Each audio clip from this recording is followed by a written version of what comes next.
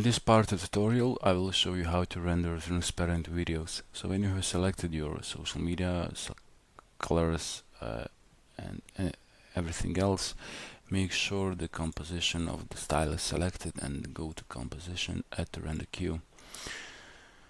Press click where it says lossless and then go to QuickTime, format options, make sure PNG is selected, press OK, and where it says channels, go to RGB plus alpha and then press OK. Click here where it says style 1 to show your file where it needs to be outputted, and press render. Also, if you have any questions, please contact me on my profile on VideoHive, and if you really like this file, please don't forget to rate.